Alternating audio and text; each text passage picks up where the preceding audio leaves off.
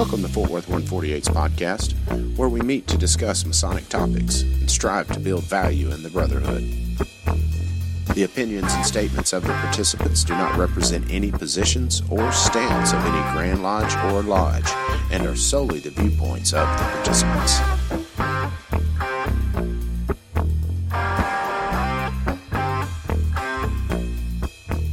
Welcome back, everybody, to Fort Worth 148's podcast. This is Rick Moore, past master of Fort Worth 148. This is Grant Gates, Master Mason, Vernon Tyler, Fort Worth 148. This is Gabriel Yagish, Master Mason with 148. Well, it's good to be back, guys. This week's been an awesome week in Masonry. Undoubtedly, there's been a lot going on. A lot of good things to get your batteries charged. It's been real busy. No doubt. I think it was really kicked off well with our stated meeting when a couple of lodges came to get the travel gavel. Yeah, that's a little bit of our local news here. But yeah, that was an outstanding evening. Yeah, it was absolutely great. Yeah, for anybody that doesn't know, the 64th District of the Grand Lodge of Texas has a traveling gavel. And we've talked about it on the show before. You have 7 or more brothers that show up to a stated or called meeting, and they can claim the gavel. If there's another lodge that shows up with 7 or more brothers, whoever's got more takes the gavel. If there's a tie, there's a coin flip. And up until Monday's stated meeting, we had the traveling gavel. And now we don't, because Handley Lodge came in, and I got into the elevator, and I shared the elevator with 4 guys from Handley Lodge, and I said, kind of joking, y'all coming to take the travel gavel? And he said, oh yes, absolutely. And we all kind of had a laugh about it and walked into the dining room. And I sat down, and as I was sitting down talking to people, I saw more guys coming in those embroidered Handley Lodge shirts. And I'm like, oh, they weren't kidding. They had 15 brothers come and show up to take the travel gavel. And Webb Lodge came in. Webb Lodge tried a visit to. Better luck to Webb Lodge next time. We hope that they get it soon. Everybody had brisket cooked on the Fort Worth Lodge smoker. And it's so good. After a very hearty dinner, we went down to the lodge room and busted out the aprons, and we ran out of aprons and had to go for backups because we had a total of 54 brothers at the meeting. And some of those brothers brought their own aprons. So all the new visitors got the Fort Worth Lodge 148 pins, which was really cool. We actually had to... I brought a bag, the extra bag of pins, just in case, and Greg, who was pro-temming as the worshipful master, finished the first bag clean. He didn't even have to go into the second bag, but it was just enough for the new brothers. So that was great. Yeah. And we also added the Fort Worth Lodge mega gavel to the game, in addition to the plaque. So now they have the little plaque with the travel gavel on it. Traveling gavel, I guess. They have the little plaque with a traveling gavel on it. And then there's also the mega gavel, which is getting passed around as that. And that's a gavel that's about 3.5 feet long. The head of it is about 8 inches long, and the diameter of the thing is 5 inches? It's massive. 5 inches. You could legitimately kill somebody with that thing. It's great. So you can see more details about the Travel Gavel Exchange on the Fort Worth Lodge 148 Facebook page or at texanmason.com. Yeah, absolutely. That was a great evening. And as we get more lodges participating in that, can you imagine if 3 brought, 12, 14 guys to your lodge, what that would be like? Some lodges wouldn't even hold that amount. It was a beautiful evening. It's important, though, that we make sure if you're going, you let them know, because Handley let us know they were coming, so we had plenty to eat, because feeding 54 Masons is no small task. Yeah, because you don't want to surprise whether it's your stewards that cook, or like Fort Worth here, the secretary and his family, or if it's your local OES chapter. You don't want to spring that on as a surprise. Yeah. And you don't want to run out of food because we all like to eat. That's a certainty. So it was a great evening, guys. Got some good brotherhood with the guys over at Hanley. It was good to see them again. Hadn't seen them since we took the gavel from them. So it's good to have them. No, absolutely, and it's a great way because a lot of lodges raise funds from the meal. And I know when we went to Hanley Lodge, there was 10 of us, and we stuffed that donation box. Although you got to cook more, we're going to pay our share. We don't throw in $2 or $3. Absolutely. So any of the guys that came out to visit on Monday, hey, thanks for coming out. Come again. Even if we don't have a traveling gavel, you're still welcome to come. Oh, we will, though. Yeah, we'll have it back pretty soon. Hanley Lodge stated meeting is first Tuesday? Is that right? That is actually in my announcements, and we'll announce it now and at the end. Okay. April 13th, Hanley Lodge is going to have their stated meeting, and that's at 7:30 p.m. So that's the second Tuesday of every month. And we'll go into a little bit more detail. But yeah, cool. So second Tuesdays, that's April 13th this time around. And so I hope that many brothers come and try and claim it, because that would be fun. Yeah, love to see you at Hanley. Yeah. So then in national news, this one was really interesting. Warren Lodge 310 under the Grand Lodge of Pennsylvania, FNAM, recently conferred a very special Master Mason's degree.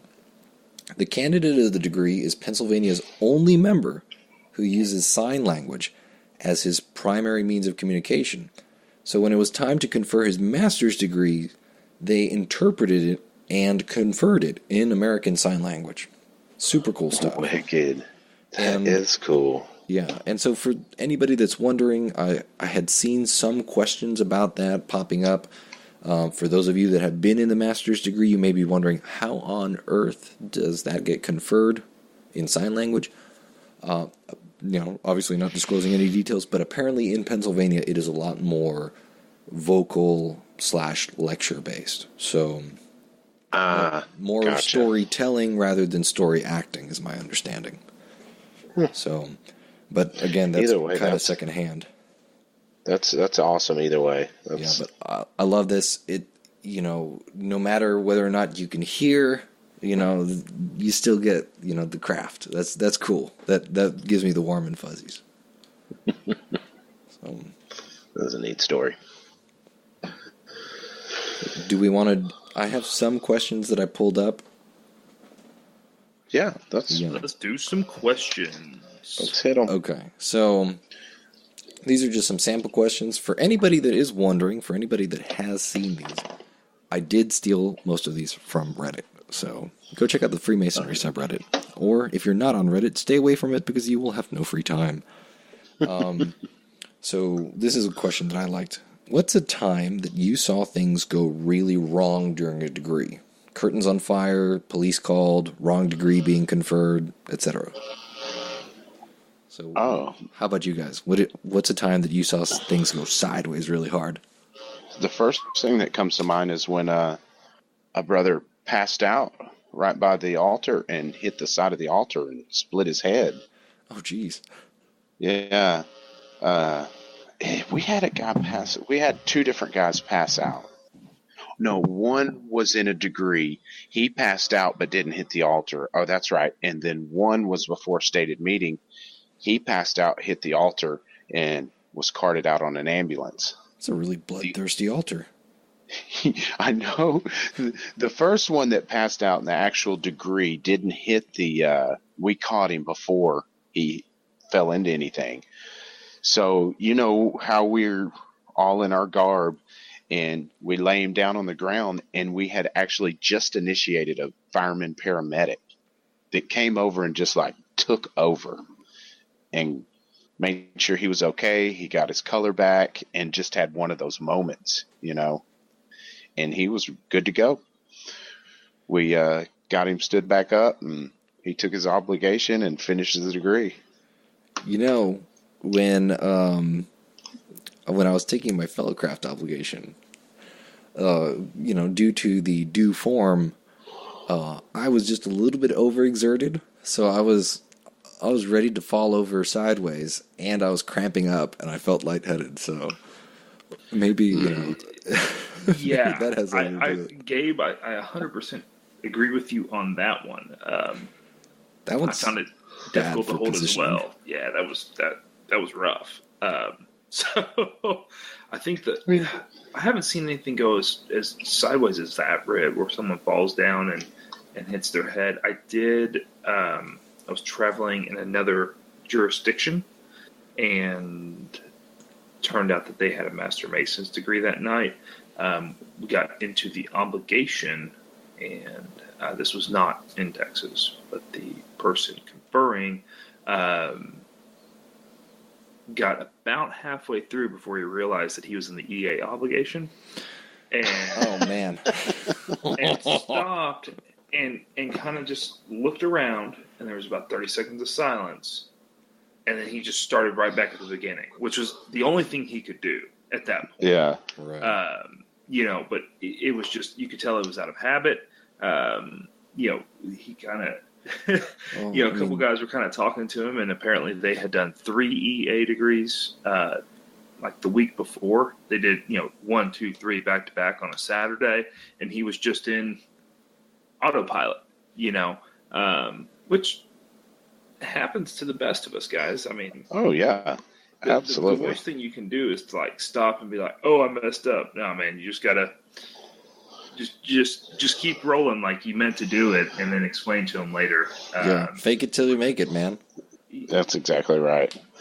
Yes. Yeah, don't let them know if you can, but if you're giving them the wrong fix that.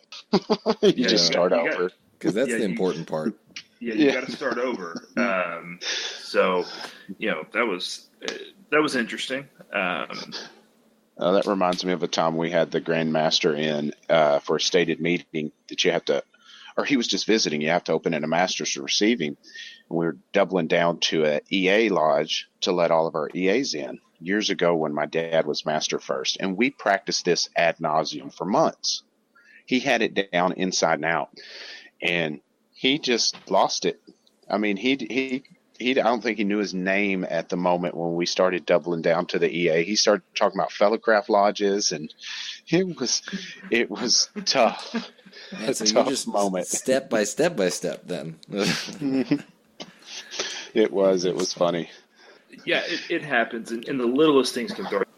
The other night on Monday, I got thrown way off.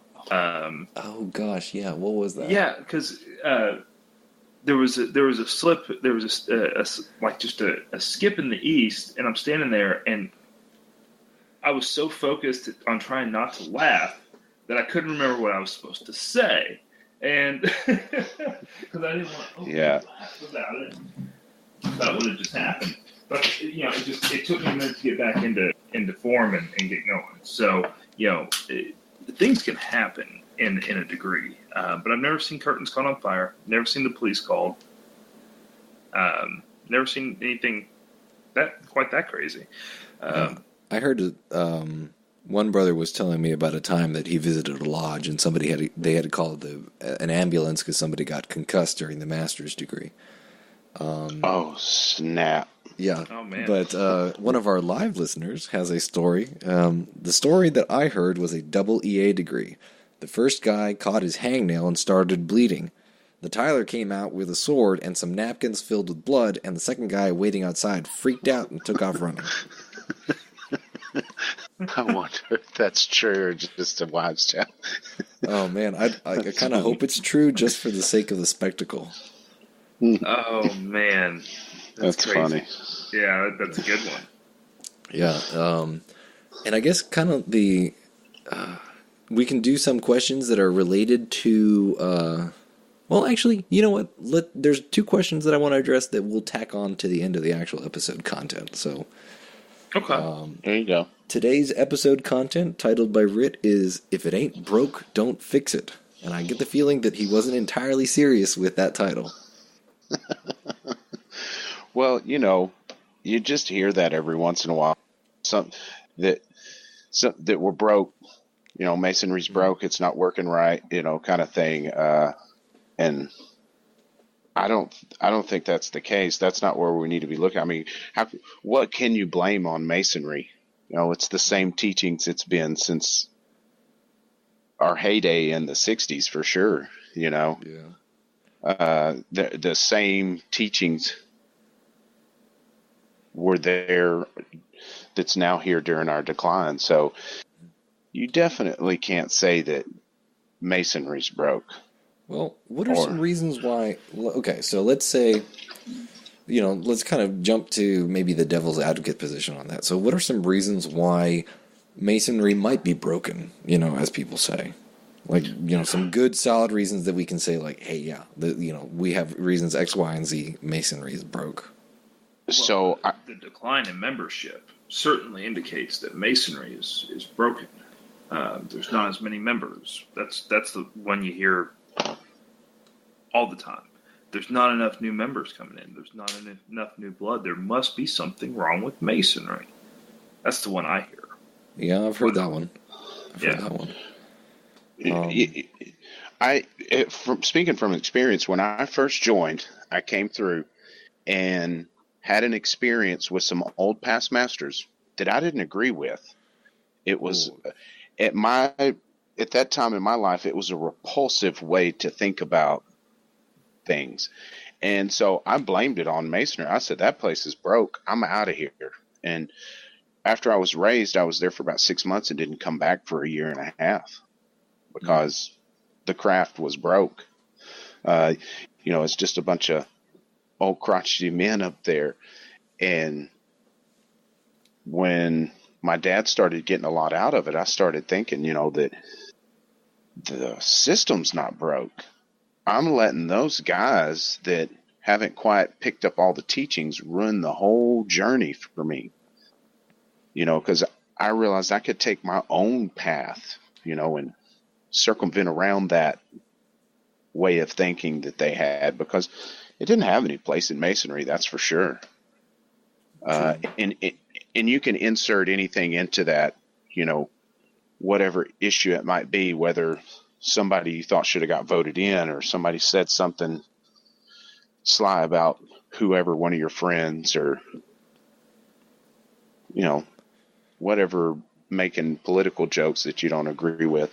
All those kind of things you can't put back on masonry, because that's the person. We're not, the organization is the people that make it up. They're not perfect, And depending on your jurisdiction, though, that may be, it may not be inherent to masonry itself or your Grand Lodge in of itself, but, you may have, for example, from one jurisdiction to another, you may have brothers of certain inclinations over others, You're going to see a lot more of one crowd in California than you are in Texas, and a lot more of one crowd in New York than in North Dakota, that kind of thing, And one of the things that I've heard about masonry from a Mason, I heard this from a Mason, but I've also heard this from some of my friends that are not Masons, that they were kind of concerned about masonry,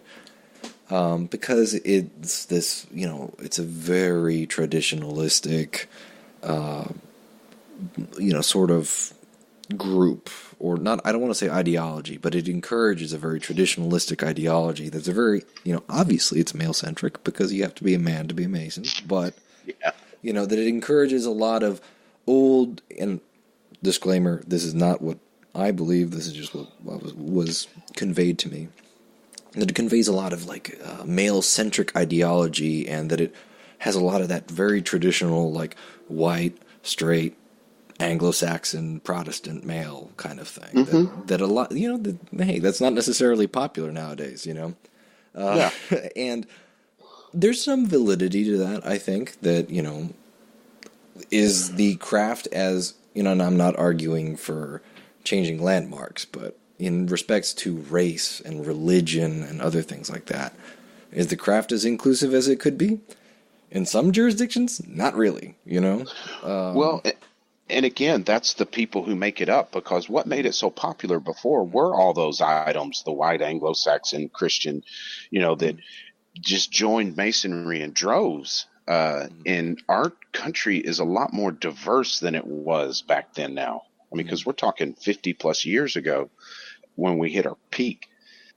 And now our country is much more diverse, and not only with religions and races, but point of views, ways of thinking, religious and ideology. And it kind of, because I had a conversation with a brother last night that says, I'm trying to do education in lodge. I'm trying to get my lodge to participate in the travel gavel. I'm trying to do this at my lodge to get people back active. And it kind of made me realize that we get so wrapped up in that fixing or, making Masonry enjoyable for everybody kind of thing, and we miss the whole point of making it enjoyable for ourselves. And I told him, I said, drop all of that stuff that you're doing for them. Do what you enjoy, because you're going to find maybe 2 or 3 other guys that'll do it with you, and it'll grow. If it's a truly enjoyable, that relates to Masonry, it's going to grow. If you want to do education, don't force it down their throat at stated meeting. Call those brothers up that are interested in it on a special night, and do it for you. Don't do it for those other guys to where you're trying to fill your stated meeting up with members, to get everybody active again and show them how great Masonry can be. For me, that's not the point. You make it great for you, and I'm going to catch on to that. And those are the guys you want to be doing this work with, not guys you had to coerce back and convince Masonry was still important, those kind of things. Why would you want that type around? No offense if you're having to drag members back in, but if you're having to drag members back in, at some point they've made a choice, and you're not going to change their choice. So it's not that they're broken. It's not that Freemasonry is broken. The fact is that people are going to do what they want to do, and there are so many outlets today that are much more convenient than going down to the lodge. And I know we typically try to dress up a little bit when we go down, and it's about a 40-minute commute, because I always end up picking up Dad and then coming down to the lodge. It's about 20 minutes from the house, but ends up being a little longer just to pick him up. But anyway, so you got to drive down there. You got to get ready. You got to go, when you can get on your phone and you can click on Facebook and have someone to connect with.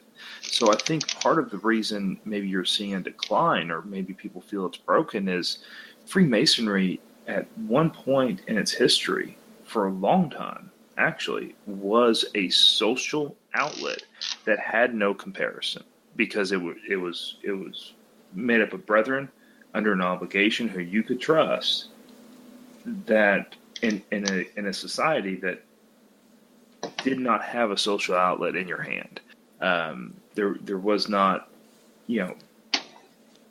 this unlimited access to other people that we have today. So I think to me, you see a lot of this resistance of social media, people not wanting to use it for their lodge, when social media has really taken over, and it may be part of the reason for the decline, and that's okay. I don't think it's necessarily a bad thing that the numbers are going down, as long as the number of quality, if the quality goes up, I don't really care about the numbers. Or at least quality per member or something, that intangible sort of thing. Participation, If we truly believe in quality over quantity, you have to be okay with meeting with 3 or 4 guys to regrow your lodge. Yeah. It wasn't that long ago that Fort Worth 148 was my dad, Victor Flavin, Brian Witt, and myself. That was basically it that was active up there. And we just went up there and did what we enjoyed, did the work. Because that's the thing. Most people that come on these stated meetings come up there to get away from the house, get a meal, and go in and express their opinion on who's going to mow the lawn, how much they're going to pay towards this, should they vote money out for that? And that's what they come for, and they enjoy it. And when you try to put your masonry on to them, what you think is important, what you think is going to fix masonry for everybody, they're probably not going to enjoy it and even resent it. And here comes burnout for you.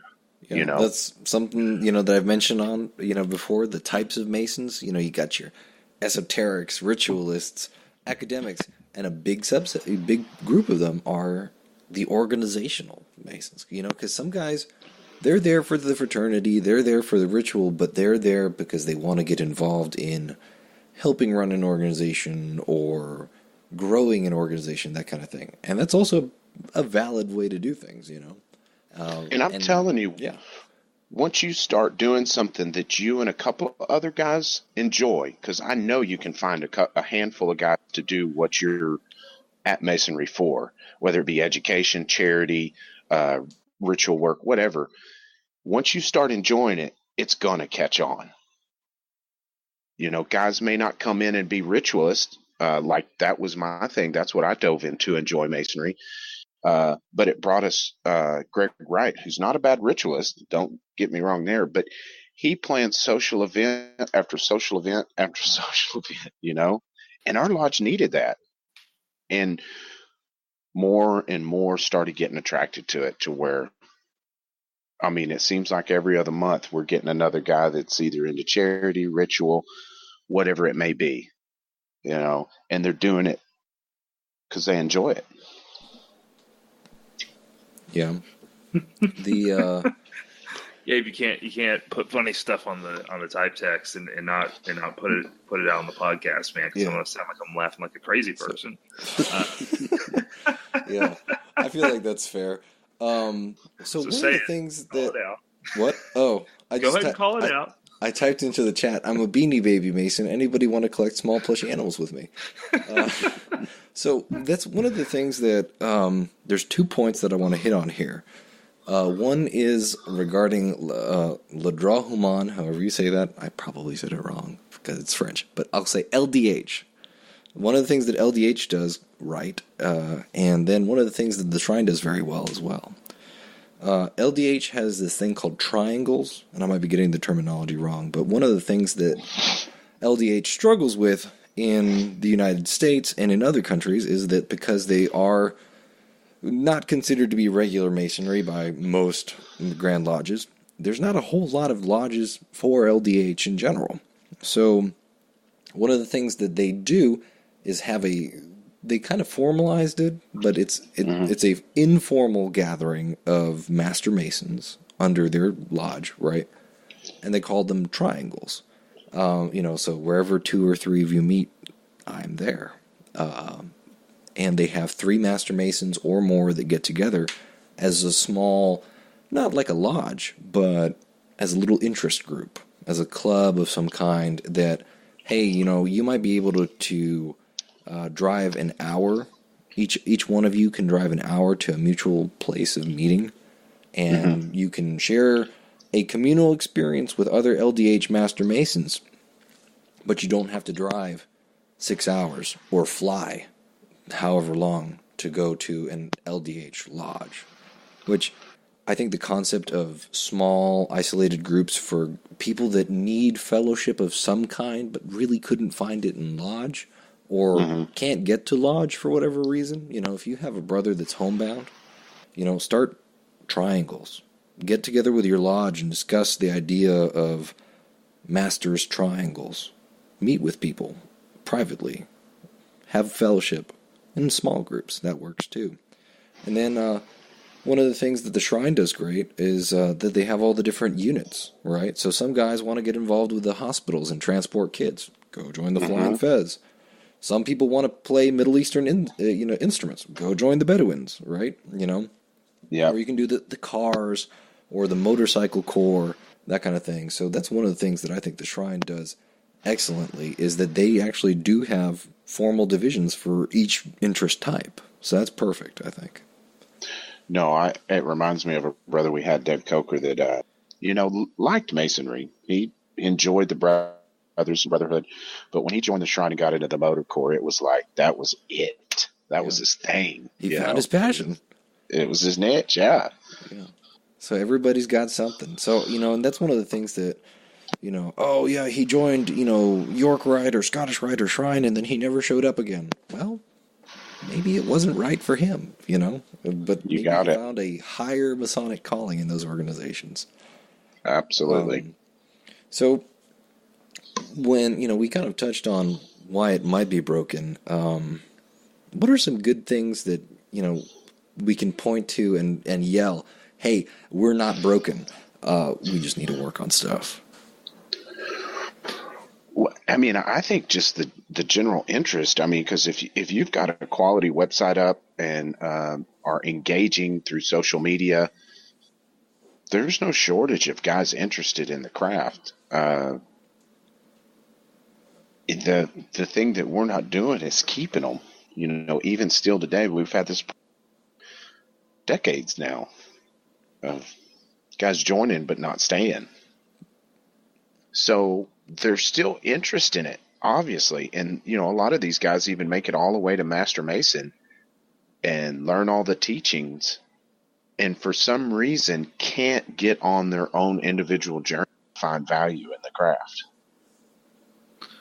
So, Britt, who do you think might be, what do you think might be causing that?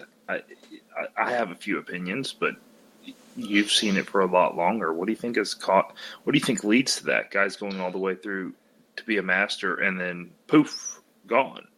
So here's the two big things in our jurisdictions, especially, is that it's too hard to get through.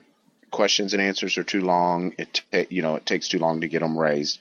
And number two is that it's not hard enough. That the questions and answers should be learned better. That the open and close and stuff should be done better. And really and truly, as that's missing the mark. While there's importance, especially me, I used to lean towards making it harder. But in the end, that's not what it's about to keep them there. It's the guys that are there that they're going to connect with. It's going to keep them coming. Because as enjoyable as the degree is, I don't go up there just to do degree and then walk back out the door. I enjoy the conversations before and after Lodge just as much. It's what keeps me coming back anyway. Whether we're planning the next event or talking about the hunting trip we're going to go on,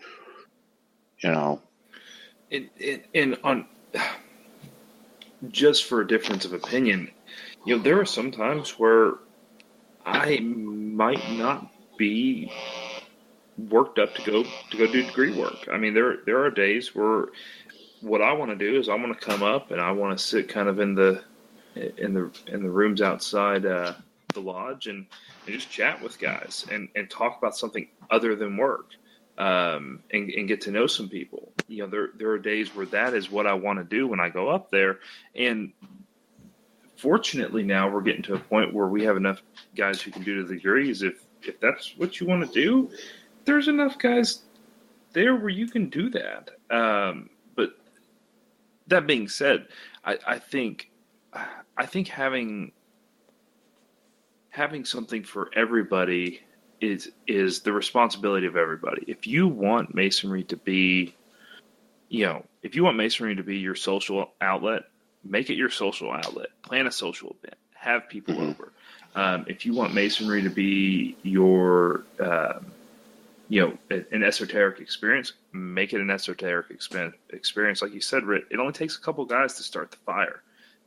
You're going to find other guys who have been looking for it, but were afraid to jump and go get it. So, to me, a lot of it's an individual responsibility. If you want Masonry to be something, make it what you want it to be.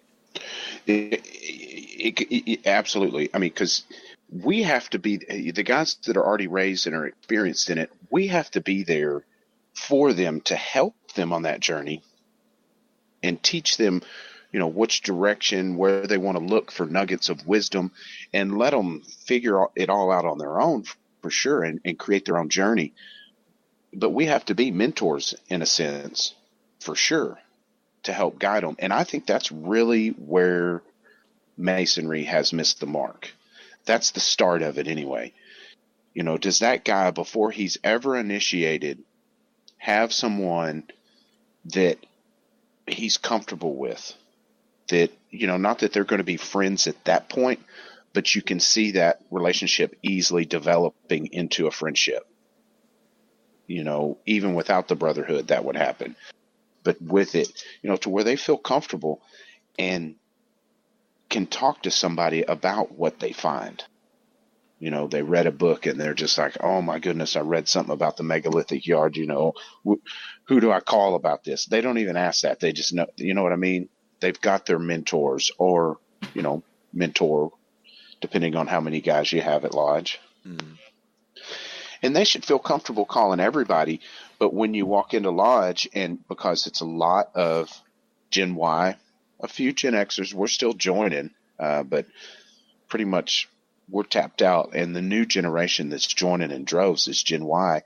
They come in and they see, maybe if they're lucky, baby boomer generation, but usually, the tail end of the greatest generation, and they don't connect. It's really hard to, and it's one of those things that I love talking to older guys. I really do. There's a lot of wisdom. There's a lot of stories you can get. But, and it's one of those things that, it's supposed to transcend age and creed and color and whatever. But, sometimes I'm just not going to be able to click with a guy who is literally 4 times older than me, No, and it's the thing that comes during the small talk time when we make fun of whatever it may be, the funny tweet that's out, or the Facebook post that we saw, whatever. And that just doesn't happen with that generation that's far away. Not that we can't connect, because my mentor turns 100 this year. But he's my Masonic ritual mentor.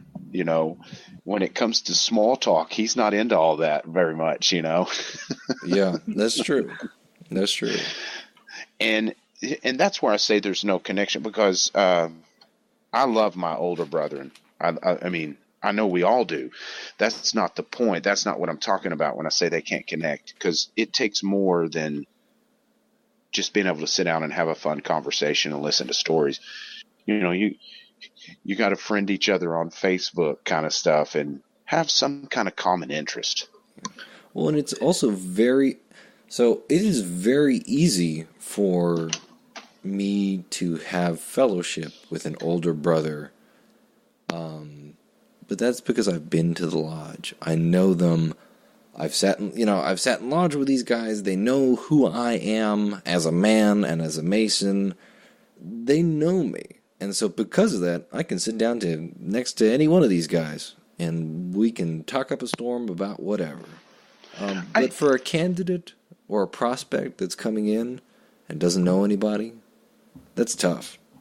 There's a lot bigger of a gap to bridge. That's exactly right. And it's not to say that it can't be done. It can be. I mean, because like Billy Ray Campbell at Smithfield Lodge, I don't care how old you are, that guy connects with you. He's full of energy, almost 90. If he's not 90 now, he's up there, but great guy. So it absolutely can be done. Text messages and emails now. All these guys that'll be like, "You're slandering." Now I'm going to get angry emails. And guys, sometimes, you can have a certain connection with an older brother.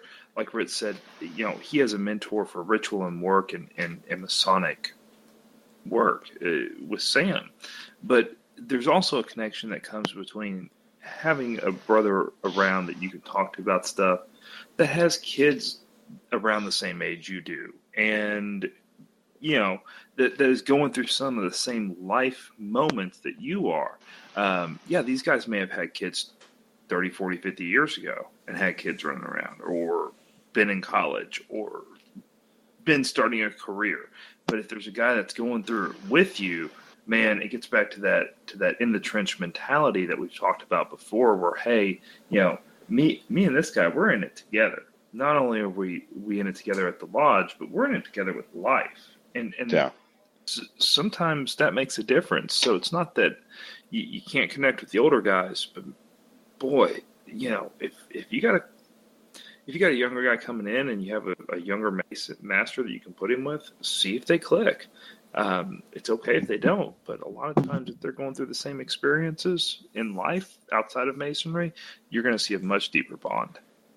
I gotta say, as a young guy who does not have kids yet, being around my brothers in lodge who do have young kids, and so, for context, for those of you that don't know, our lodge has like 3 or 4 brand new dads.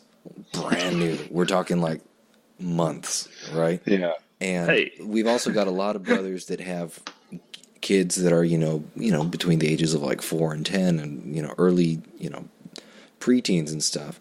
And so as a young guy that doesn't have kids, it makes me so excited to talk to these guys because they're like, man, like, I held my daughter for the first time and I thought I knew what it was going to be like, but I had no idea what it was going to be like. Or when I talked to, I was talking to Brother Greg on the phone and he's like, man, I told my kid doesn't grow, he was telling me this. He was observing this as he was talking to me on the phone. He told his son that money doesn't grow on trees. So his son ran out to the yard and taped a bunch of dollar bills to a tree, And I hear stuff like that, and I go, yeah, that sounds right. And I hear Grant talk about his kids, and I hear Greg talk about his kids, and all this, and and all the brand new dads, and I go, man, I need to be a dad at some point, So it's one of those things. It gets me excited about what is to come. And that's the kind of thing that melds a lodge together and keeps guys coming.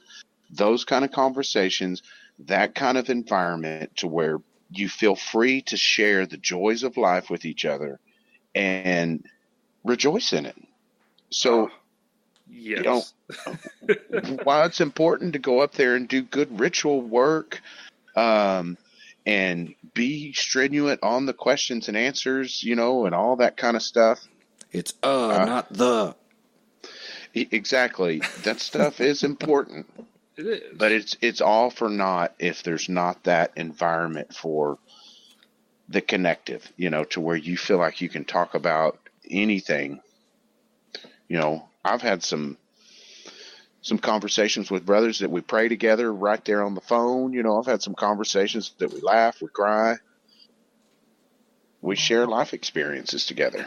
And, it affects your, and I know we've gone into this before, but what you do in Freemasonry, if you have a family, it affects your family. And if Masonry to your family means that dad and husband, he's going to leave on Mondays for work at 5 a.m, and he's not getting back until 9, and we have no idea what is going on between the time he usually gets home and the time he actually gets home on Mondays. That's a bad environment. But if it's an environment where, hey, we have a social event and we are literally passing infants around, just to hold a different infant, it's like, oh man, this one's getting heavy. Give me your baby. I'm gonna hand you this one. Give me that smaller one for a minute. Let's. I'll take the light one, please. Yes, let's trade down. Here, you build some muscle. Golly, I just say that because my child is such a freaking ham hock, man. She's a tank. She's gonna be huge. Anyways, that all that being said, it builds a deeper relationship. It brings your family into it. I can't tell you how much joy my wife gets from being around my Masonic brothers, which is really weird. But she's getting to a point where she's comfortable around everything. And my wife takes a while to get comfortable. But now she's comfortable when I say, hey, I'm going to go down to the lodge and I'm gonna hang out with Gabe, or I'm gonna get on the computer and talk like a madman with written Gabe tonight. She's comfortable with that because we've made our families a part of our lodge, and I think that has driven in a deeper tie to one another. Which is awesome. It's great. That's how you're going to keep guys, if you keep their families happy, if you get their families, and we've talked about this before, but getting the families involved, that's how you're going to that's one of the many ways you can really retain guys, is make them feel comfortable when they come back home from lodge. They know that, oh, I'm in trouble because, I stayed out late at lodge and my wife's going to, you don't ever want to have that happen. So you have that happy family environment, you keep guys. You got it. If you rewind all that back, it doesn't start with hardcore questions and answers and being word perfect. It starts with that connection with that candidate. That moment before he goes into the ante room, all of that builds up to where after a year of coming home from lodge and talking to his wife about what a great experience it was, she's looking forward to the 148 family day that we do. She's looking forward to girls' night out that we do for the wives, whatever it may be, because the husband's been talking so great about it and they see a change in them. So, yeah. So there's so we kind of talked about individual responsibilities and lodge responsibilities because a lot of that really blurs in together. There's a question that I had. This is one of the questions that I mentioned that I wanted to tie into the actual discussion. As an individual responsibility, one of your responsibilities as an individual is to yourself, right? So yeah, you have to help retain other brothers, but when it comes to retaining yourself, what do you do when you're feeling burned out? And I know we can talk about burnout for a whole episode, but just kind of like a real short touch on that. Burnout. What do you do? When I told you earlier that I didn't come back to Masonry for a year and a half because of some issues that I overheard. So when I came back, my dad made me junior steward, so I was there for stated meetings, but I went to other lodges. And of course, I enjoyed the work, so that's what I went to floor schools, not stated meetings. But if you're into the social thing, go to stated meetings. But just visit lodges. Like here in our 64th, there's 31 lodges. So you can visit 2 to 3 times. That's what I do, go for like a week and a half of floor schools, just enough to get to know the guys, but not know the drama, and move on to the next one. And because when you're so welcomed at every lodge you go to, that new lodge you visit, you don't know anybody. You say, hey, I'm here to do floor school. I saw you had it online or heard from so-and-so you're doing it tonight. They're like, come on in, brother. What do you want to do? And it really charges you back up because they don't know the issues you got going on with you in your head with your lodge. And get away from it. Get away from it because you can have the life sucked out of you at lodge when it's like, please be an officer, and you get talked into it. And now all of a sudden you're doing a bunch of things that you don't want to do. But it's for the betterment of the lodge, which for me, if you want to do the lodge, the most important thing you can do, it's enjoy Masonry. Let me watch you enjoy Masonry. Let it inspire me. And I guess on my end, I don't know if I've been around long enough to have a burnout, a substantial burnout in Masonry, but I do know when I'm getting a little sick of, the floor school and all that, I try to host a social event outside of the lodge. Hey, you know what? I really enjoy the company of these 4 guys, and I really enjoy talking football with them. Okay, well, football game's coming up. I'm going to call them, invite them and their spouses or whoever they may want to bring. Come over and watch a football game with me because I like to talk football with you, and recharge to me, I like to recharge in a social way. And Masonry is, I don't want to say it's my only social outlet, but pretty close.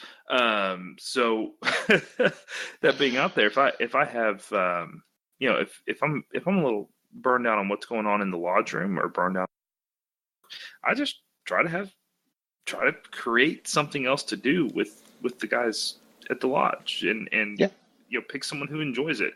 I'm not going to invite someone, if someone is really, really into soccer and they hate football, I'm not going to invite them over to watch. Right. So, I'm not going to force it on anybody. But, hey, sometimes, you mention it and someone else ends up coming, you end up making a new friend. So just. Yeah. Didn't you have guys over for fire pit the other night? We did. In fact, my wife, some of her friends wanted to come over to see the fire pit on Friday, and they canceled. So now we have burgers and dogs ready in the fridge, but no one to come sit around the fire pit. So, Gabe, Ritt, y'all want to come sit around the fire pit? We can plan the next episode. I got a couple cigars. So, there you go. That'd be a great live episode to do. Would be just sitting down with cigars and maybe a little something to drink and just sit down, have a whole bunch of microphones and do it real time. That would be cool. Yeah, we've got to do one all together. Sure, this remote's awesome, but that would be legit. That would be really fun. We should definitely do that around a fire. Well, and I think social events that's really where the majority of people are going to recharge their batteries, and they don't have to be something big. And I mentioned your fireside chat, around the fire pit, because that could be 3 or 4 guys to where you could get some really deep discussions. When, I knew Jamie and Victor pretty well from Lodge, but we went on a road trip out to East Texas for 2.5 hours one way, so 5 hours in the truck and shot skeet together. I mean, there was a new layer of friendship added after that road trip, because the discussions you're forced to have, you know what I mean? And it's completely outside of Lodge. So, those guys know things about me that no one else has had a chance to get to know, So we've added layers to that friendship and made it deeper. It doesn't have to, like you said, Ritt, it doesn't have to be something big. It doesn't have to be the Lodge event. That's not everything that's going on with Masonry. And we've, it's, guys. No, somebody will turn it into It's not Illuminati. It doesn't have to be drama. Like, seriously, just hang out. If you hang out, Masonic topics are going to come up, and you're going to have good discussion, and you're going to have a good time. But, if your version of hanging out with your Masonic brothers is making sure that you like every photo that they post on Facebook, maybe your conversations are not going to be as deep as if you get together face to face and enjoy each other's time. That's just how I see it. Social media is great to keep us all connected when we're moving around, but man, there is something about being face to face with somebody that we're losing right. And Masonry gives us a chance to get it back, I think. Well, if we boast that hanging out with quality men makes you a better. So we need to do it more than once a month or once a week. We need to do it more than at Lodge. We come to Masonry because we know those guys have been vetted to be good men, and you need to get to know them and become more than brothers. Become somebody that you want to go on a hunting trip with, or you know what I mean. That whatever you do together, it'll evolve into that, because all of us do things that are, social in nature for sure. That, it may be a group of 2 of us. Yeah. Fine. So on the totally opposite end of the individual spectrum, let's talk about Grand Lodge. What kind of responsibilities does Grand Lodge have when it comes to retention? Please, nobody get mad at us. No, if you ask me, they take on way more of a role than they should, and they get blamed because they've taken this role on. Year after year, there's a different state program that comes out from the Grand Master, and while some of them may be similar in nature, it's just they're such a wide scope. Like the education papers, we love them at 148, but there's some lodges that it just doesn't fit. And There's some lodges where you're never going to get that to happen, and that's okay.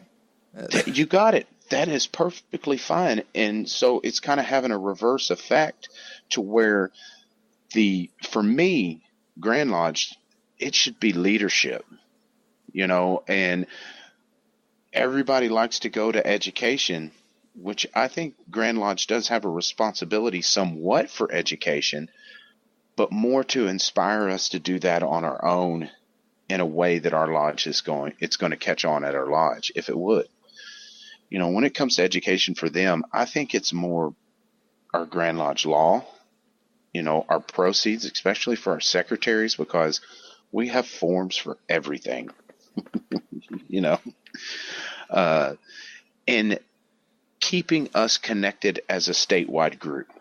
So I would like to see Grand Lodge do more events. I mean, our building is air conditioned now there in Waco. So why don't we meet there 2 or 3 times a year? They don't have to be as big as Grand Lodge, but just give us an opportunity to come together, see some kind of presentation or whatever it may be. And then we have those social events afterwards, because I know you were there, Gabe, the night after Grand Lodge. And oh, man, that night was incredible. Oh, I mean, that was like knocked out of the park. We got a ton of masonry done after Lodge was called to refreshment, and we all went to, what was it, the backyard? Is that what it was called? Yeah, Robert Marshall set it up, and it was Brandon Jenkins that played. It was phenomenal. You're right, because we brought back a bunch of best practices for our lodge. We shared them with other lodge.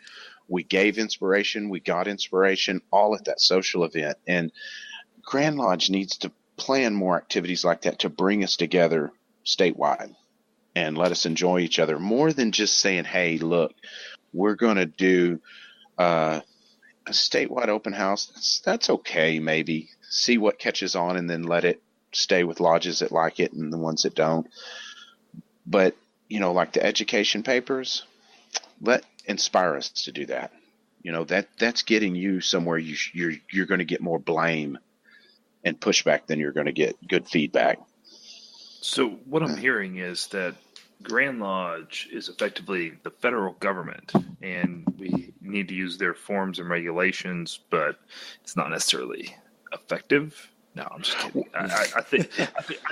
I think they're doing a lot of good for us, but I do think that the larger you get as a governing body, the less effective you will be. And I think a lot of what the Grand Lodge tries to send down should be left up to the lodges. Let the lodges figure out what works for them. Support the lodges with good education and teaching folks, hey, how to keep your bills paid, and here are good resources for education and providing good resources for the lodges. But I don't think that telling everyone, hey, we are all going to do X, Y, and Z this year, and next year it's going to be a new X, Y, and Z, and you better do it. I don't know if that really works. Even if it is congruent and they go with the same program, it just doesn't work. One size doesn't fit all in the same manner. While education and charity and all that's important, and every lodge should be doing it, the amount and how they do it needs to be it's going to have to be different, because it's just the only way it's going to work. And Grand Lodge they're doing a fantastic job with what they've how tradition and how things are set at this point, but it's going to take some real innovation and shaking up, because a good example is when I was first in the lineup and the DDGM, the District Deputy Grand Master, would be coming to our lodge, I would essentially walking on eggshells, like, oh Lord, do we have everything in order? Are we good? And because all of the DDGMs we had were fantastic men and they were very gracious, but there was that feeling that came before he got there, and it's just there. And it's in every lodge. I mean, when I had the honor of playing that role, I got that quite frequently, unless they were just old guys that have done it before. Guys had that feeling, like, oh Lord, is everything in his order? kind of thing. It's like, look, that feeling needs to go away, and that's where Grand Lodge, that's their role. When the DDGM's coming, it should be an inspiring, not a moment of terror. Yeah. Yeah, and not that it's terror, but it's just like, it's almost like an auditor's coming to visit, and you want to make sure everything's in order, to where that is important kind of stuff, but it shouldn't be the feeling you get when your DDGM is coming. There should be something more there, and what that may be, not for sure. But that's the inspiration I'm talking about, that Grand Lodge, from the very top, from Most Worshipful on down, because when Most Worshipful comes, it is a pleasant moment, because he's there doing his thing. Unless you're doing something really goofy, he's not going to enjoy the moment. Yeah, he's got other stuff on his mind. Exactly, but there's a general feeling that there is a us against them. Grand Lodge is doing that. Well, guess what? We are Grand Lodge. Most of us are. So. Right on. Because it's true. Because past masters are technically members of Grand Lodge, right? At least in Texas. Exactly. This isn't true for every jurisdiction. But for those of you outside of Texas, if you are a past master, you are a member of Grand Lodge. Yes. In other words, Grand Lodge, we think you are doing great. Please do not shut down our podcast. And this, because I go back to Donnie Broughton, he did similar to this. His year, they put out an audio cast type thing to where he did like a 45-minute interview on the LAMP program. I listened to it 7 or 8 times. It was a great interview. You got to know your Grandmaster. It was full of inspiration. We got the LAMP program going in our lodge, and of course it went, kind of died off as things changed there. But because I was about to ask you, what the heck is the LAMP program? It's I believe it stands for Lodge Assistant Mentor Program, something to that effect. But it was a mentor program. Okay. That was his.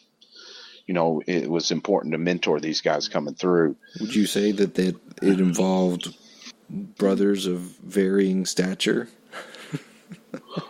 What do you Big mean? Brothers and little brothers?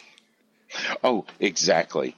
Yeah. That's it's where that idea came from, because I definitely wasn't reinventing the wheel, just the name. Yeah.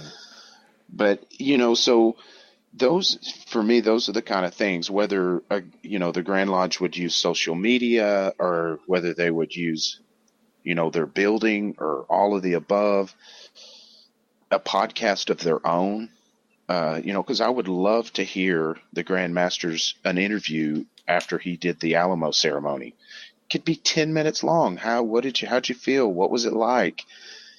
How inspiring would that be? Something that simple, Mm-hmm. And then you don't have to mandate programs that eventually, by history is proven, will probably go away, if not, fail or get voted down. You're spitting out inspiration. That's true. It's too easy nowadays. So now we touched on past masters and mentioned that in as members of Grand Lodge, but let's just briefly touching on that, But when we look at them as members of the lodge, how do they help or create retention? How do they not help sometimes? And the bullet, I thought I would share the bullet point I have for this one is past masters, the good, the bad, and the crotchety. That's perfect. The good, Brother Ritt, he's involved. He's working with us. I mean, if you want to talk about a good example of a past master in a lodge, let's talk about bad examples first, so we can kind of close out on a more positive note. Okay, bad examples. Yeah, let's not name people, but how do you deal? Like when you come to crotchety past masters, like how do you deal with somebody that I says, typically just this nod is my what head I and did walk in away, my man. year. I don't have time for it. I'll kind of give them the lip service. Oh yeah, I'll keep that in mind, and I move on. Again, that might not be the right thing to do, because there can be tidbits of knowledge in there that you need. But at the end of the day, man, if you're going to be a jerk about it, okay, I'm going to move right on. Don't have time. At an individual level, that's spot on how you deal with it. You don't get involved in negative conversations or derogative conversations. You walk away. But once you get into the lineup, which I'm sure will get you in there eventually, you'll see that during a stated meeting, a lot of these lodges, and we're very lucky not to have that, we used to, will give the officers a hard time during stated meeting. And they do it. Some do it out of ego because they feel like they carry such an important title. And some, feel like they've got some kind of power with that title, that comes with it. And they like to flex that in lodge. I've seen a past master in our lodge years ago quiz down my cousin who was past master. We were buying a box of aprons at 12. And it was like $180 for them or whatever it was, for the leather aprons. And the past master was like, how much is that per apron? He's like, I don't know. You divide 12 by the total. You don't know how much that is? I mean, it was a nonsense conversation. Oof.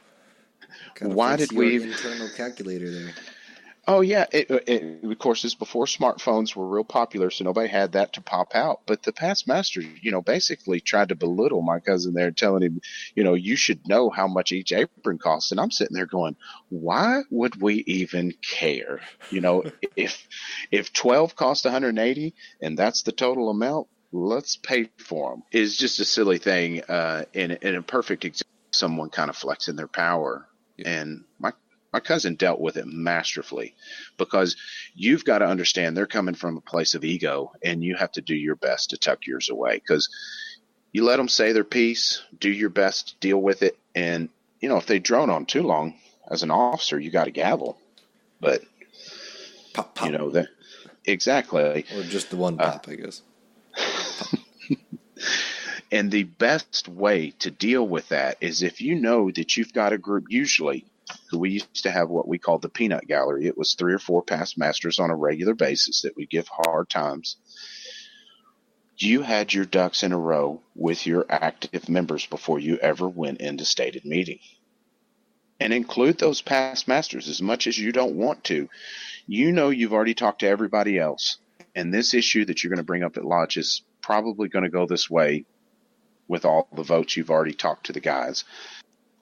Whatever it may be, if you're instituting a mentor program, then go talk to your past masters and let them say their piece to where you don't have to deal with that at stated meeting, in front of everybody, where it goes from 70 degrees in the room to 180.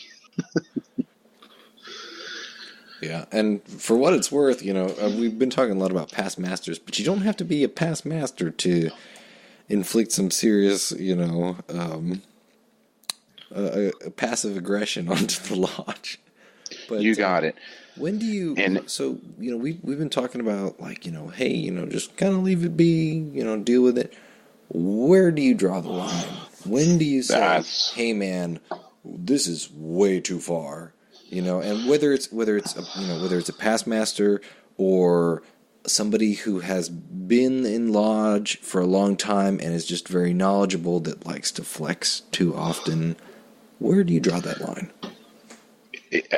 That's exactly where I was about to go, because there comes a point become obstructive to what the lodge is trying to do and move forward. If they become just outright raunchy and breaking laws or obligations, you certainly start with whispering good counsel, but there's nothing wrong with asking a guy to leave. If it becomes that volatile, don't sit there and let it destroy your lodge. You walk over there and you already know how the lodge is feeling. This guy's causing turmoil and everywhere with everybody. You just walk up to him and say, look, I think it's best if you go find another lodge. And go from there. It will not be an easy conversation. And that may be a conversation that you want to have with a couple of, you don't want them to feel like you're cornered, but you don't want them to think that, oh, it's only Grant that doesn't like me. That's why he came up to talk to me. It's only him. I'm going to go ahead and come on back. You want to have a couple brothers there. If you get to that point, man, you want to have a couple guys. That way, it's not an individual thing. And if there's someone that they've had a particular conflict with, say they're having a particular conflict with the current, say for some reason they have a particular issue with the current worshipful master, and they're just trying to poke the bear at everything he does, and it's gotten to the point where they need to go. Man, you don't want it to have to be the worshipful master who breaks that open, and maybe you get your junior past master involved, and you get a group involved, and you talk to them and say, this guy, this is what you're doing. This is why it's having an issue, and this is why we think it may be better that you move on. And really and truly, if you follow the natural progression of the way it should be done at Lodge, if this guy's causing a ruckus, you whisper good counsel, whoever that may be. And that, needs to be with, usually it is best between him. And that's just like, hey, man, just watch the tone, whatever. And he may tell you to get bent, to where phase 2 is he would be called out in Lodge. I've had brothers tell me where they've read in our minutes where there was a brother that was drinking, had been accused of it, and he was brought in open Lodge at stated meeting in front of what would have been 200 brothers then and made to answer for his behavior in front of everybody. So it's intense. It is. But how do you make good men better? We have to hold each other accountable. And if we're not willing to have those hard conversations when it comes time, nobody's getting better, because we're all sitting over there just waiting for old, Johnny Six-Pack to pop off in Lodge and make it uncomfortable. When all you got to do is do what's right. Call him out, make him better. Something that every entered apprentice learns. Sometimes your misbehavior is publicly displayed in front of the whole lodge, You got it. Not giving anything away, but, the publicity of bad actions or less productive actions, is a very good way to teach a lesson. Well, and the only thing that sharpens iron, guys, is iron. You know, and I know we got that on the side of our trailer, but it means something. To put it. That's cool. That's cool. No, if we really love each other, we'll call each other out on the carpet. And if they're coming from a place of brotherly love, they'll either break down and cry on your shoulder or tell you, apologize, brother, or whatever, or they'll turn around and leave and go out the door. Very few people are going to say, I'm just going to stay here and cause a bunch of trouble. When, everybody's come together, giving him every chance and every opportunity, call him out. And if you are ginning like a good lodge should, call him out in Lodge, after you've done the other steps, whispering good counsel and all, and give him every opportunity, but show him you're serious. You're here to get better. You're not here to play games and have drama. Save the drama for the mama. So I heard the word junior past master, and I immediately thought of the next point, right? You look around your lodge and you look at your past masters, and you see a bunch of Obi-Wan Kenobis, right? The good guys, right? The wise sages. One of the things that, when do you recognize that, this is, it feels like it should be an obvious answer, but I realize maybe it's not always an obvious answer. When do you recognize that one of your PMs is an Obi-Wan Kenobi, and that he's, a pillar that you should lean on? How do you recognize them in the wild? A lot of it's a feel.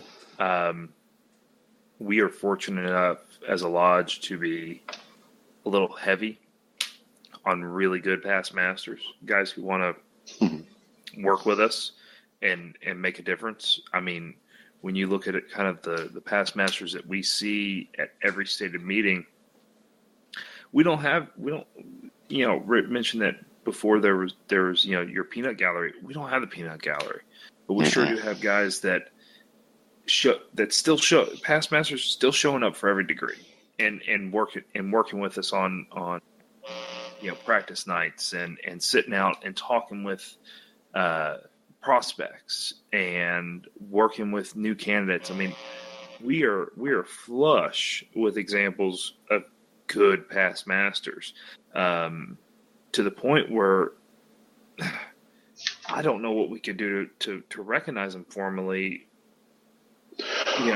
because we have so many of them. And I think I'm not talking about recognizing them formally. I'm just kind of saying, like, how do you identify them?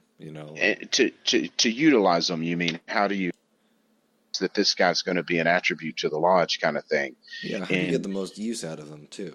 I think not to say that they're all to be used, but if they're going to be there. Yeah, the first thing is that they don't get master's disease, as I've heard it called, to where a lot of people that come out of the East felt like they've been rode hard and put up wet and then just stop coming to lodge because they need a breather. They're burnt out. So that's the first thing, is make sure you're prepping them to be a junior past master by, controlling the will of the lodge, but not making them do every activity and plan everything. That's a lodge effort. Let them relax. Yeah. You got it. And when they come out of the East, in my opinion, there's two positions, if your lodge has the members, that a past master should hold. And that should be chaplain, secretary. Those are the two most important, probably secretary first, then chaplain. And if you had another that want to serve, Tyler maybe. But I wouldn't even do that. Keep them in the door, listening to the conversation that's going on, especially at stated meeting or education or whatever. But you don't have to have a full lineup. So, don't make a past master and master of ceremonies just because you think you need a full lineup and you have to use that past master. Let him stay on the sideline and contribute where he sees the holes, because they'll find them. You just got to inspire them to participate. Don't make them do everything, and definitely heed their advice. One of the things that you mentioned about the Tyler that I always thought was kind of interesting was that when it came to, we talked about this in, I can't remember what, but we talked about taking tiling seriously, One of the things that, the Tyler could be is he's one of the only lodge officers that can be a non-member of the lodge. But one of the traditions that I thought was really cool about the Tyler was that in a lot of lodges, the tradition was that the Tyler was always the most senior past master because he knows everybody. I thought that's a cool idea, because he's checking you at the door. He's seen your face before. No, and I'm with you. Whatever works best for your lodge, you should do. I think ideally, the guys where they put into place to have a Tyler from another lodge is the best way, because they should be sitting outside the door the whole time with the door shut. And they're completely well, and that's the thing, is that it became so hard for lodges to fill their own membership and own lineup that kind of went away, to where now they sit in the door or right in the door and the door's locked, or like for us, we have two doors to where you hear them come in and you meet them out there. And it's become out of necessity. That's the way we do it, because we can't set Grant outside the door and not have him involved in the conversation. Yeah, he's just too useful for his own good. And ideally, that's why I like the guy from another lodge, to where he doesn't care what your business is, but that's why Tylers were paid too. They received a stipend, a little money for their troubles, because that would be boring. Yeah. In our bylaws, it says that the Tyler was responsible for cleaning the lodge, vacuuming and whatnot. Something else, maybe setting it up. And then Thailand, and I think he got, it's like $750. That was done in 1920. That was pretty good in 1920, man. Yeah, I'm sure it's pretty good. Yeah, I don't know what inflation, but it would be over $50, sure. Yeah, that's a lot of. That makes holding stated meeting kind of expensive. Well, and back then when you were having 250 members show up for stated meeting, and we had over 2,100 total members, money wasn't an issue. Yeah, that's true. Yeah, that wasn't an issue. That's why we had our own dish set that we have a few dishes left that I put out at mealtime every once in a while. I think it was like 150 or 200. It's like a 5-piece dinner set with silverware and everything else. So, just because I'm the curious type, I did go to an inflation calculator. $7.50 in 1920 has the same buying power as $91.35 in 2017. That is. There you go. That was. We're talking about rewarding, the Tyler, kind of touching back on the good past masters / the Obi-Wan Kenobis. How do we emotionally, informally, and formally reward these guys? Because we don't have to, but life is good when you do. To emotionally or informally or formally recognize these guys, right, or reward them somehow. What should we be doing for our past masters? Well, for me, the first thing that pops in is include them. Make special time to include them. Whether you do some one-on-ones with them to tell them about things that's going on or what issues are going to come up at stated meeting to get their take on it. But just engage them with what's going on at Lodge. And they may have nothing to add and say, that's great. But they feel like they're a part of it still, that they're part of the inner workings, of what decisions are being made and proposed at their lodge.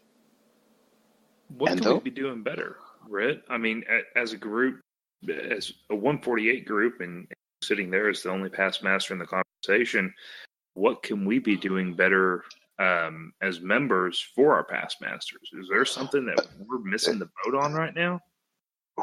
No, not really. I mean, because for me, it's working exactly the way I would think it would need to progress. We've got past masters filling up that left side of the worshipful master now. We're not recycling them. We're using them for those, important roles when it comes to audit committees and things. And they add to the conversation. I mean, my dad's got something to add to everything. Yeah, like y'all said earlier, we have really lucked out with, how we're involving our past masters, how much our past masters care about us, as a lodge. We've really lucked out, I think. So for us, it's kind of difficult to say, hey, what can we be doing better, that kind of thing, because we're, not to toot our own horn too much, but we're doing awesomely when it comes to, I think, in my opinion, we're doing awesomely in terms of getting them involved and, having them make a difference, So. No. Well, I think we would have to drag those guys out of being. I mean, that's the other thing is that every one of those past masters that we're seeing in our lodge, man, they act like they're one of the guys. I mean, they're not walking around with, they don't want to wear the big old past master apron and walk around and instruct us on how we're tying our shoes wrong, man. These guys are just getting into it with us. It's great. No, absolutely. And for me, that's what, you guys let me do what I want to do. And while you're going to have to assign your past master certain duties throughout, talk to them before you do it, of course, but give them the freedom to do what they want to do. And that's why it's important not to make them an officer, even something as simple as junior deacon, or senior deacon where they got to worry about introductions or open and close or master of ceremonies, just something as simple as sitting over in a certain chair with a jewel, let them do what they want to do, and maybe go sit by that new EA and discuss some things that are happening in the lodge real quietly while it's happening to catch him up to snuff. Let him sit there and, contribute to the conversation. So something that you didn't realize he had tried or thought about trying and hit some issues on. Yeah, well, and there's also what Right Worshipful Glenn Cook, one of the past grands of Utah, said that he was talking about Masons in general, but I feel like this really does apply to guys that have been in the line. So we need a 12-step program to stop even accepting offices. I think you will find that just sitting on the sidelines will be can be very pleasant. That's the hardest thing to learn in Masonry is how to say what the joke is. Yeah, I love that. The secret master's word is no. Yeah. But that's just the state of affairs we were in. When I was worshipful master, my year, I had a pretty full lineup, but the year before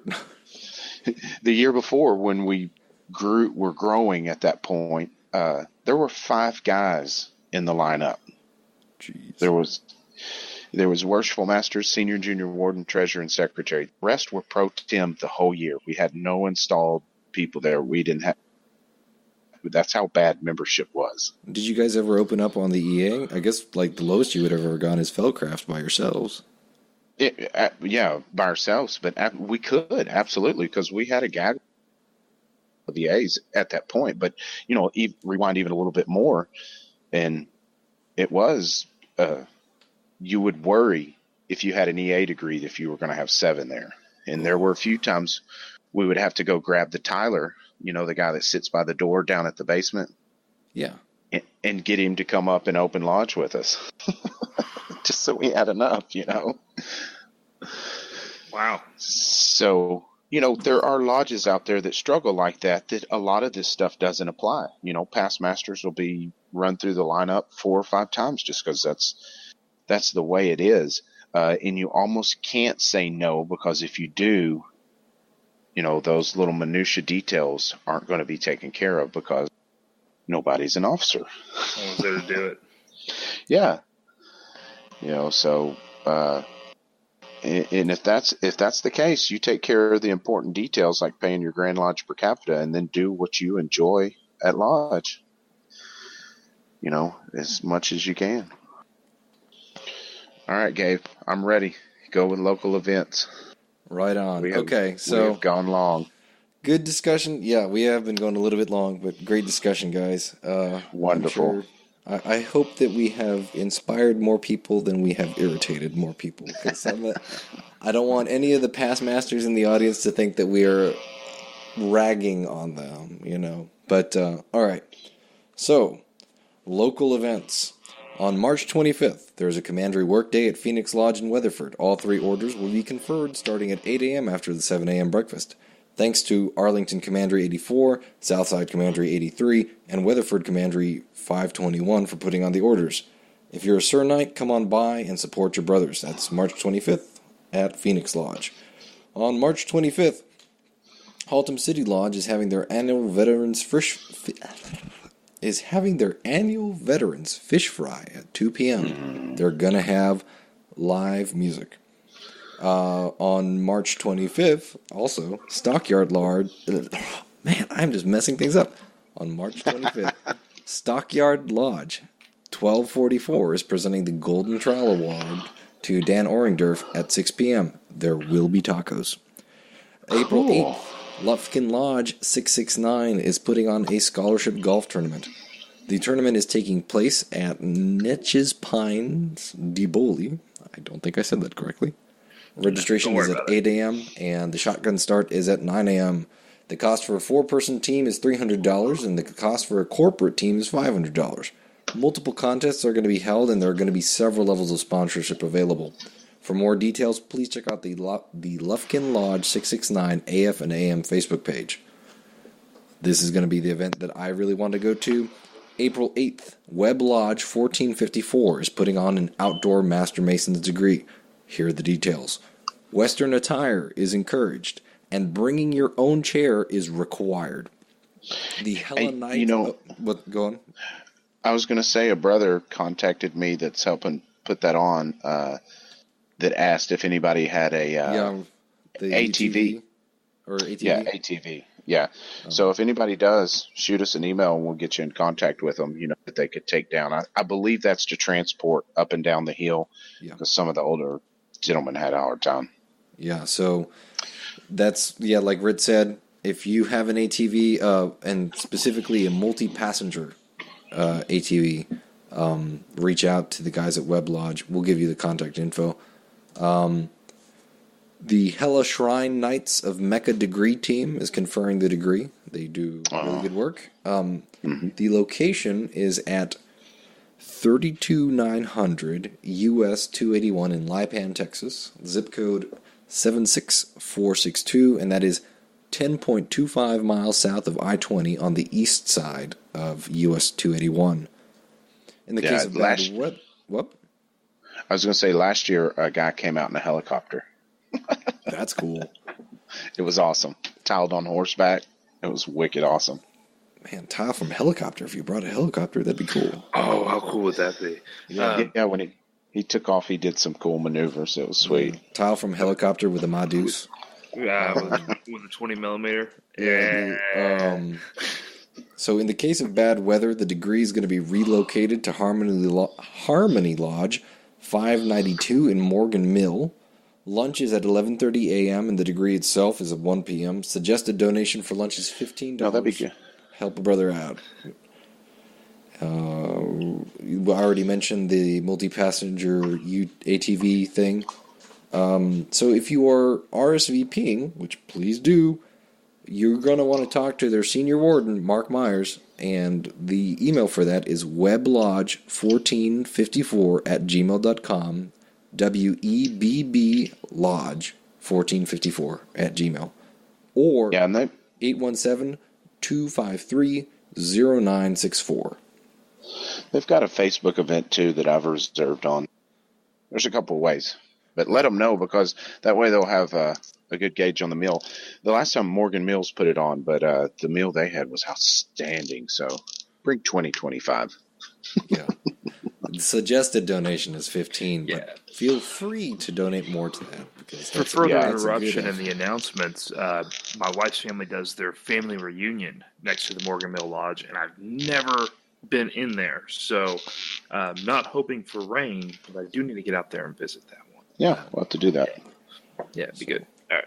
And shortly after that, so if you went to go travel to Webb Lodge's outdoor degree on the April 8th and you still felt like doing a little bit of traveling and you wanted to travel in a group and you maybe wanted to come back with a reward of some kind, on April 13th, Hanley Lodge 1140 is having their stated meeting. They have the stated meeting on every second Thursday of every month at 7:30 p.m. If they still have the traveling gavel, because, they might have a called degree that people show up to, but they'll probably still have it. If they still have the traveling gavel and the mega gavel by then, bring 7 or more brothers to their meeting and claim the gavels for your lodge. Remember, if you are going to go try to claim the travel gavel, email the lodge first, call them, let them know that you're going to have visitors. And if you do succeed in taking the gavel, remember, go to the 64th District website. There is going to be a page for the traveling gavel, and they will let you update it via like an email form that who took it, what lodge took it, how many people were there, who's submitting the form, that kind of thing. Because we do kind of want to keep track of where it actually is. So if you take the gavel, remember to email the 64th District.